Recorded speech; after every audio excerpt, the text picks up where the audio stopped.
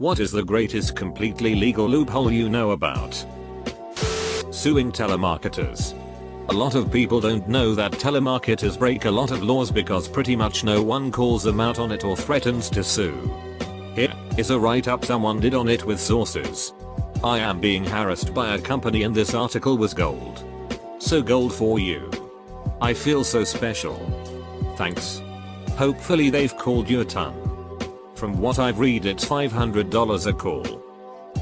I got married to my college girlfriend so that she could claim in-state residency and finish her degree at my university for like half the cost they would have charged her as an out-of-state student. I also looked like a very poor head of household on paper and received a shit ton of grant money towards my own degree. 10/10 would wed again. Can confirm. After I got married I got way more financial aid. I'm expecting even more next year thanks to my son on the way. Here in Costa Rica it's quite hard for foreigners to get a work visa or residency. However, it's very easy to enter the country as a tourist. The only requirement for tourists is that they can't be here for more than 3 months. So, instead of going through the whole process of getting a work visa, at least 80% of the people I know here with foreign blood simply drive up to the Nicaraguan border and come back every 3 months, allowing them to become what is known as a perpetual tourist. I know some people that have been exploiting that loophole, completely legally, for about a decade. Farrens v. John Deere. A plaintiff that had a tractor accident in one state waited until after the statute of limitations had passed to go seek legal counsel. Most lawyers would have given up. Instead, this genius son of a bitch filed the lawsuit in a different state that had more permissive statute of limitations laws. Then filed a motion to transfer the case back to the plaintiff's home state for the convenience of the parties involved. Motion granted. In law school you quickly find out that great legal loopholes are a Hollywood fiction. For the most part. But this is the stuff of legend. And really clever lawyering. There's more to this story but I'm drunk and sleepy. Source, am lawyer. Japanese pachinko machines. Basically, gambling in any form is illegal in Japan. But the Japanese still want to gamble. What do? Well, they go play pachinko machines, essentially slot machines with just a bit more skill involved, in a special parlor. Get a certain amount of tickets depending on how well they did. Exchange those tickets for a prize like you can in a lot of arcades. And then sell that prize at an independent business right next to the pachinko parlor for real money. You need to jump through lots of hoops. But because the two businesses, the parlor and the exchange store, are entirely separate, that creates a legal loophole that essentially allows people to gamble for cash. Yes, you can gamble that way. But there is no way I could stay in a pachinko hall for more than a couple of minutes. The noise. Oh god, the noise. This cop told someone I knew that if someone broke into your house, you could heal them as opposed to injuring them to avoid an excessive force lawsuit. If they are dead, it's your word against his and he's dead and you're the victim. This doesn't work in states without a castle doctrine or states with a duty to retreat. They'll collect evidence as if it was a murder, such as where the body is, where the shots were taken, etc. You can break any law, as long as you are dead before they arrest you. Is it so that when the cop says you have the right to remain silent he'll look like an idiot? You cannot arrest a husband and wife for the same crime. I have the worst ducking attorneys. When your pawn has moved 3 spaces forward and your opponent moves one of their pawns 2 spaces forward so that it's next to your pawn under the assumption that this means you now can take it. You can move your pawn diagonally behind theirs as if it had only moved 1 space forward and take it despite not moving to where the pawn actually was. You can't do this anymore either. But when the US was trying to introduce the dollar coin, they were offering each coin for exactly $1. No tax. Free shipping. In an effort to get them into circulation. People were maxing out credit cards purchasing these coins for the frequent flyer miles. Then turning around and depositing these coins back into their account. Costing them nothing. I heard that some people got away with doing this many times. racking up millions of frequent flyer miles before they had to end the $1 with free shipping program. If you refuse to acknowledge a debt in the UK for 6 years, it becomes unenforceable and is written off. Sounds like a law that has not been revised for modern times. In the meantime, I'd like to take out a 6-year loan with a deferred payment plan, please. I lived in DC for many years. DC has a practice of refusing to issue parking tickets for Sunday churchgoers, most of whom don't even live in DC. This is an interesting cultural phenomenon unique to DC. Many black families moved to Maryland due to gentrification and other reasons but have remained loyal to their churches. So my car has been blocked in many times and the city refuses to do anything about it, effectively creating a religious free pass for parking violations. So one time I got a parking ticket and I filed an appeal saying that I was at a religious service, even though it was a Tuesday night. I wound up doing this 3 times over the years. I didn't win, but all my tickets are still pending appeal. And one of them is from 2003. Pretty sure the city doesn't want to confront the quagmire they have created by refusing to enforce laws based on religious reasons. I told my friends about this and several of them have done it as well. I used to work for a credit processor, which is the company that handles the network your credit transactions move across. Swipe your card at a merchant. It goes to the credit processor, who determines which financial institution the card belongs to and authorizes declines the charge through them. Then reports back to the merchant.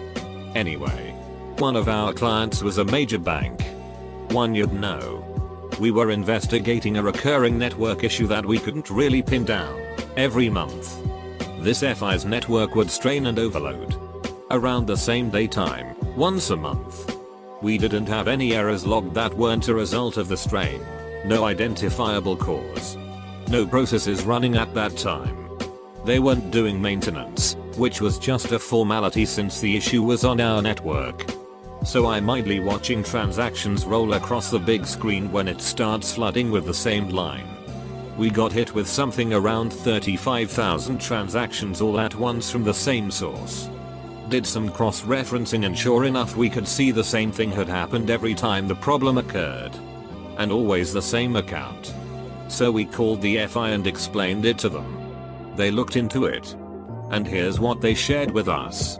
They'd had a promotion going on for their bank card to award 100 bonus points every time someone used their bank card to pay their bills online. No minimum to that.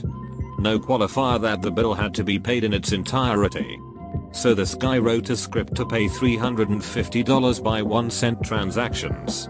And racked up bonus points on his bank card. So if you had that incentive and wonder why it went away, you can thank that guy. And me for narsing him out, I guess. One that is no longer in use. But I heard about it a long time ago. And thought it was genius. During the 1970s, a Bulgarian human rights dissident was expelled from his home country to West Germany. He figured out his own private way to get back at Soviet communism. Once a month, he chose a dissident imprisoned in the Soviet Union and wrote him a personal letter. But before mailing it, he would take it to the post office and have it insured against it being opened or tampered with. The Soviet government, naturally, would intercept the letter, open it and photocopy the contents. But because the letter was insured, they would have to pay the insurance award. If they didn't, they would be kicked out of the International Postal Union. The IPU let the Bulgarian dissident do this to a maximum of 1 time a month, so as to not abuse the insurance system. So for years, this man would write a letter of support to an imprisoned human rights activist in the USSR.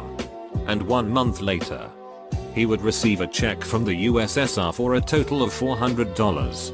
Edit. Thank you and a shout out to UPA2SK for tracking down the original story. My recall isn't perfect and I got a few of the details wrong. According to a law professor, there's a 50 square mile area in Idaho where you can get away with rape and murder. Why the duck anyone would go there is beyond me. This is on a much smaller scale than most things presented here, but I'm proud of it. My senior year in high school in Texas, 2002 to 2003, my friends and I found out that if you have too many absences you had to make up for it during Saturday school. Well, it turns out that Saturday school is only half a day and it makes up for 3 absences. So me and 3 other friends would constantly skip school.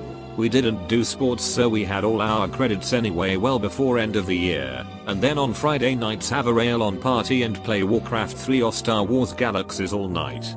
The next morning tired as hell we drive to Saturday school and just kinda sit instead doze off for about 4 hours and have our absences erased. I used to work for a non-profit school that was funded by the state. There was a regulation that the school had to disclose how much the executives were paid. But there was no regulation against outsourcing executive functions. And there was no regulation against outsourcing to a for-profit company that didn't have to disclose anything. And there was no regulation against outsourcing to a for-profit that the executives owned. Criminal barrister here. A couple of my favorites. Young man arrested on possession charge after a vehicle search. He admits possession of cannabis and gives his reply to caution, which is recorded in the officer's notebook as, "Don't strip search me." The case is an anticipated guilty plea.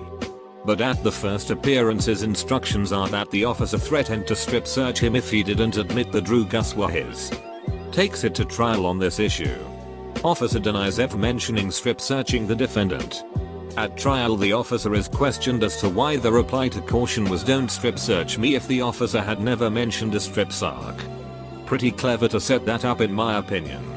I do a lot of road traffic work as well and some of the points taken are quite entertaining. Such as putting the prosecution to strict proof in respect of the speed limit for a particular road.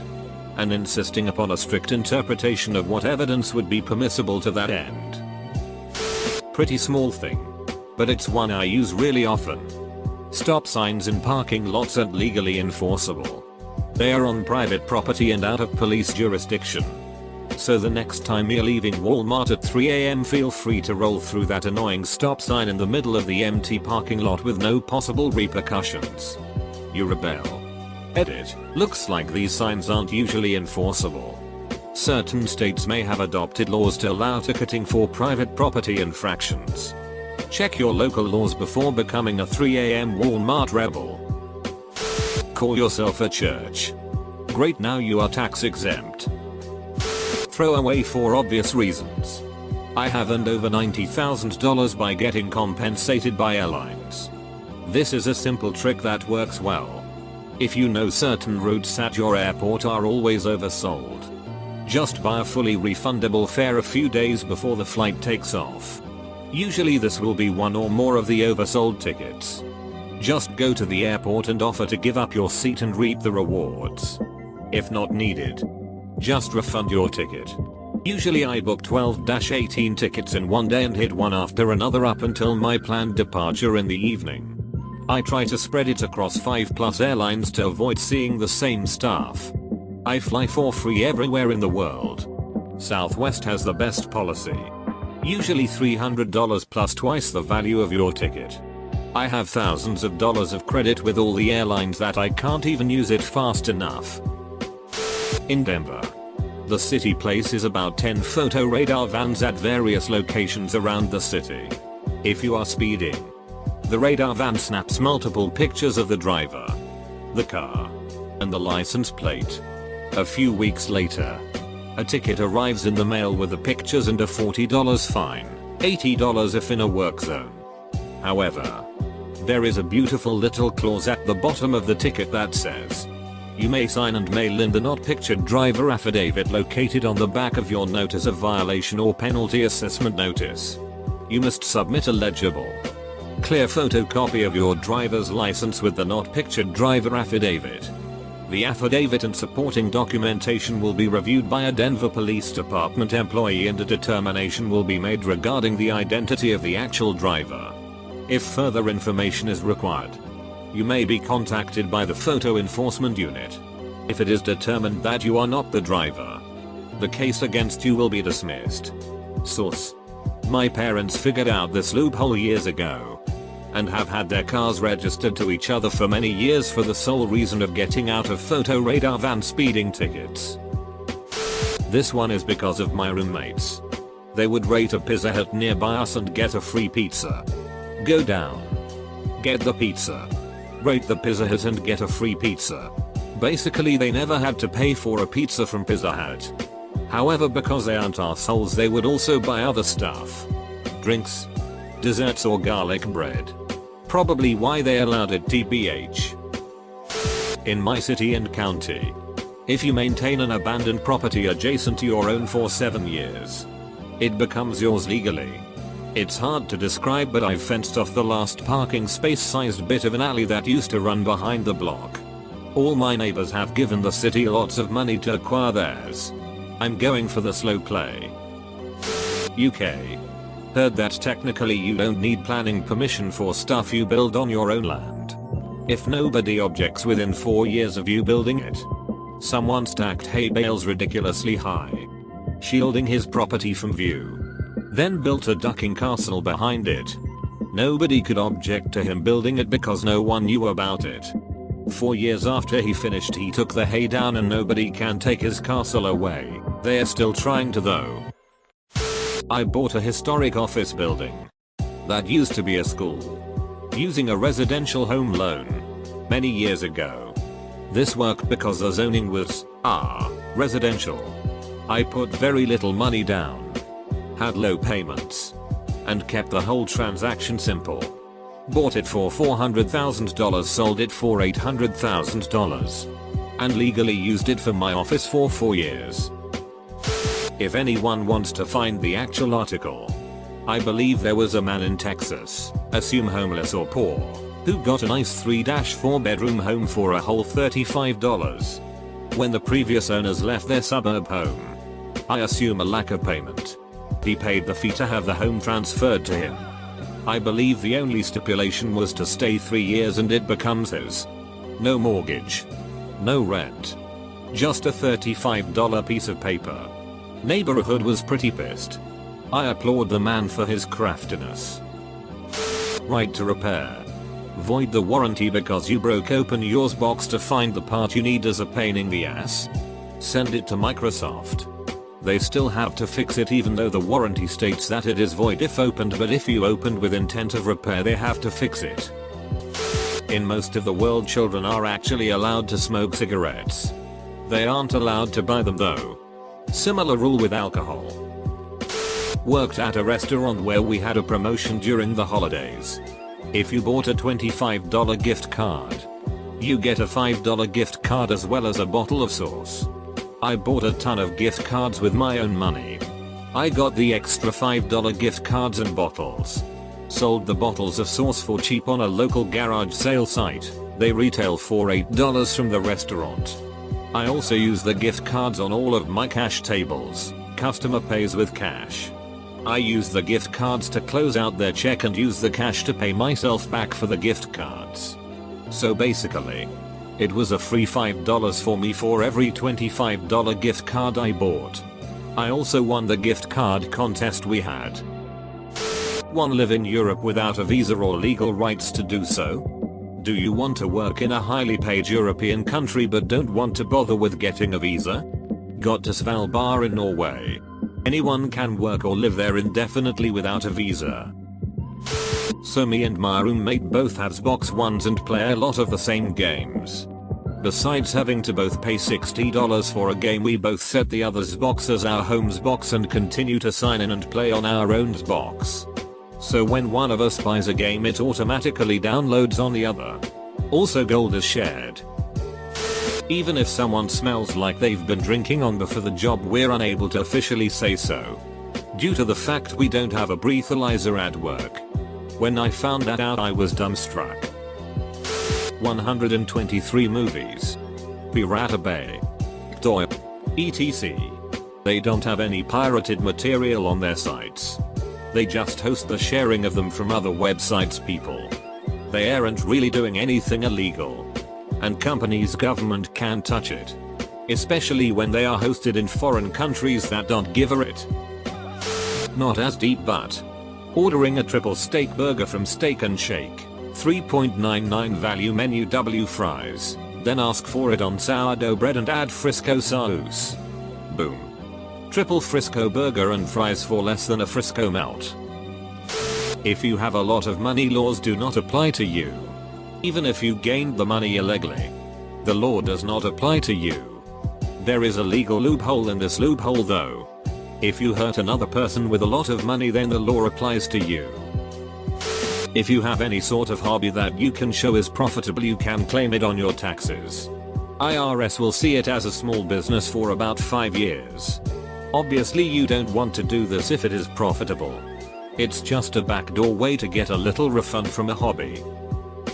My brother told me this one works, but I haven't tried it, so not sure. If you get a speeding ticket, send a check for $1 more than the amount charged.